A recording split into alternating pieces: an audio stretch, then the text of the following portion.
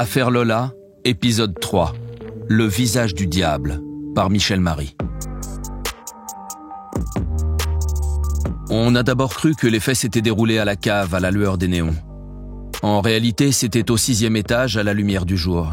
Mais ce détail n'amoindrit en rien l'horreur des derniers instants de Lola. Bien au contraire. Plus d'une semaine après le meurtre de la collégienne, grâce à notre enquête de terrain, aux investigations de la police et surtout aux aveux surréalistes de la tueuse présumée, on a une idée bien plus précise de ce qui s'est passé. On redoutait le pire. On est encore très loin du compte. Ce vendredi 14 octobre, dans le 19e arrondissement parisien, c'est un Everest d'épouvante que la fillette a gravi. Un de ces sommets de barbarie qui marquent pour des décennies l'histoire criminelle d'un pays. Retour dans ce sas d'entrée du 40 rue d'Hautpoul près des Buttes-Chaumont. Il est 15h15. Veste sans manches et sac à dos gris à l'épaule, Lola, 12 ans, rentre du collège. Il ne lui reste plus que la dernière porte vitrée du hall à franchir. L'entrée de chez elle est là, à quelques mètres. C'est alors qu'une jeune femme apparaît dans son dos. Chignon relevé sur la nuque, joli. Le diable n'a pas toujours les traits qu'on lui devine. La grande interpelle la petite. Lola accepte de lui emboîter le pas. Pour lui rendre un service, on ne sait pas. L'enfant connaît-elle cette femme à l'allure un peu aguicheuse ? On ne sait pas non plus. Mais contrairement à ce que l'on a cru, Dabia B, 24 ans, n'est pas complètement étrangère dans l'immeuble. Sa sœur habite au 6e étage. Sans domicile attitré, elle vient régulièrement squatter son canapé. Dernièrement, l'incruste a même demandé à la mère de Lola, gardienne du bâtiment, un passe magnétique pour pouvoir entrer et sortir à sa guise. Refus catégorique. Les passes sont réservées aux résidents officiels. Une anecdote à retenir, car elle pourrait éclairer la suite. Comme si Dabia B, reconnaissant en Lola la fille de la gardienne, avait voulu se venger de cette minuscule contrariété.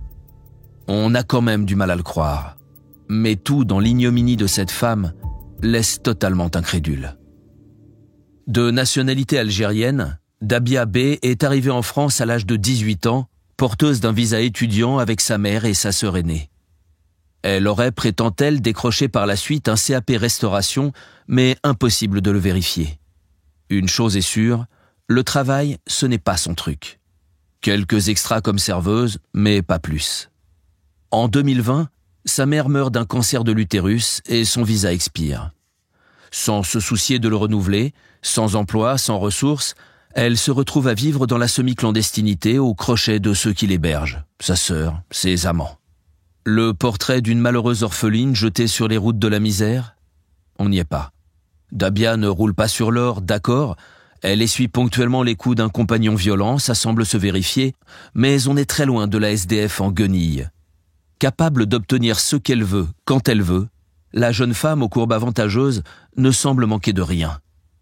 Depuis début octobre, elle poste frénétiquement des vidéos sur TikTok où elle s'affiche en bimbo tape à l'œil sur une plage ou dans un bel appartement, avec à chaque fois de nouvelles fringues et de nouveaux bijoux. On ne sait pas qui les lui offre ou comment elle les finance. Mais en tout cas, ce ne sont pas les quignons de pain qu'elle mendie. Plutôt, les dernières lunettes Gucci. Le 22 août dernier, elle est arrêtée sans titre de séjour valable par la police aux frontières alors qu'elle tente de forcer les contrôles de l'aéroport d'Orly. Elle en est quitte pour une obligation de quitter le territoire français dans un délai de 30 jours. Mais Dabia B ne part pas. L'administration la laisse à nouveau disparaître dans les rues de la capitale. Officiellement, parce qu'elle n'a pas de casier. Un raté qui laisse un goût amer. Car c'est là, semble-t-il, qu'elle commence à débloquer pour de bon. Dabia B est-elle perturbée de devoir regagner sa terre natale, loin des vitrines parisiennes et de ses rêves de luxe ? N'arrive-t-elle pas à se remettre de la mort de sa mère ? En tout cas, ça ne va pas fort. Sa sœur rappelle qu'elle se réveille la nuit en tenant des propos incohérents. Un de ses amants en titre la voit carrément perdre la boule. Elle marmonnait entre ses lèvres, et quand je lui demandais ce qu'elle racontait, elle me répondait « Rien, c'est entre moi et moi ». Elle déraillait aussi par rapport à la religion. Elle me disait « Je vais aller faire la croix, je vais être chrétienne, je vais aller à l'église ». Nous sommes alors fin septembre. On ignore si Dabiabé se drogue, mais tout le monde voit bien que, sous son maquillage, il y a quelque chose de défait. La jeune femme prétend que sa mère lui parle en songe. Elle dessine partout l'œil omniscient, ce symbole ésotérique en triangle associé à 1000 croyances occultes. Bref, il y a de quoi s'alarmer sur son état psychique. Mais ce qu'elle s'apprête à commettre, même un auteur de thriller n'aurait pas osé l'imaginer. Il est presque 15h20 rue d'Hautpoul. Au 6e étage de l'immeuble, Dabiabé parvient à faire entrer la petite Lola dans l'appartement de sa sœur partie au travail pour la journée. Autant vous avertir, il faut du courage pour écouter ce qui suit. Ce n'est pas la vérité établie, mais ce que l'on a compris de son propre récit. Pour commencer, la squatteuse force la petite collégienne à prendre une douche. Puis elle la bâillonne et l'attache avec du scotch. Sur une pulsion ignoble, elle la viole avec la langue. La fillette, dont on frémit de deviner la terreur, est contrainte de donner autant que de recevoir. S'ensuivent des tortures, une ébauche de perversité digne d'un Michel Fourniret. Mais à la manœuvre, nul vieux pervers. Juste une femme de 24 ans, jolie quoiqu'un peu contrariée. La suite est encore plus atroce. Sur une manipulation de trop, volontaire ou non, Dabiabé commet l'irréparable. Elle étouffe la petite sous son bâillon jusqu'au dernier soubresaut, jusqu'au dernier regard implorant. La fixe-t-elle dans les yeux au moment d'en effacer l'ultime étincelle? En tout cas, sur la base du rapport du légiste, on croit pouvoir affirmer que Lola meurt à cet instant. Et même si cela paraît insensé, on a envie de dire tant mieux. Au moins, la petite gamine n'aura pas enduré la suite en conscience. Car non, ce n'est pas terminé. Pas terminé du tout. Son meurtre atroce accompli, Dabiabé se prépare un café et met de la musique dans l'appartement. Puis elle va chercher un couteau et sans doute une paire de ciseaux. Toujours pas saoulée de vices, c'est sur le cadavre qu'elle s'acharne.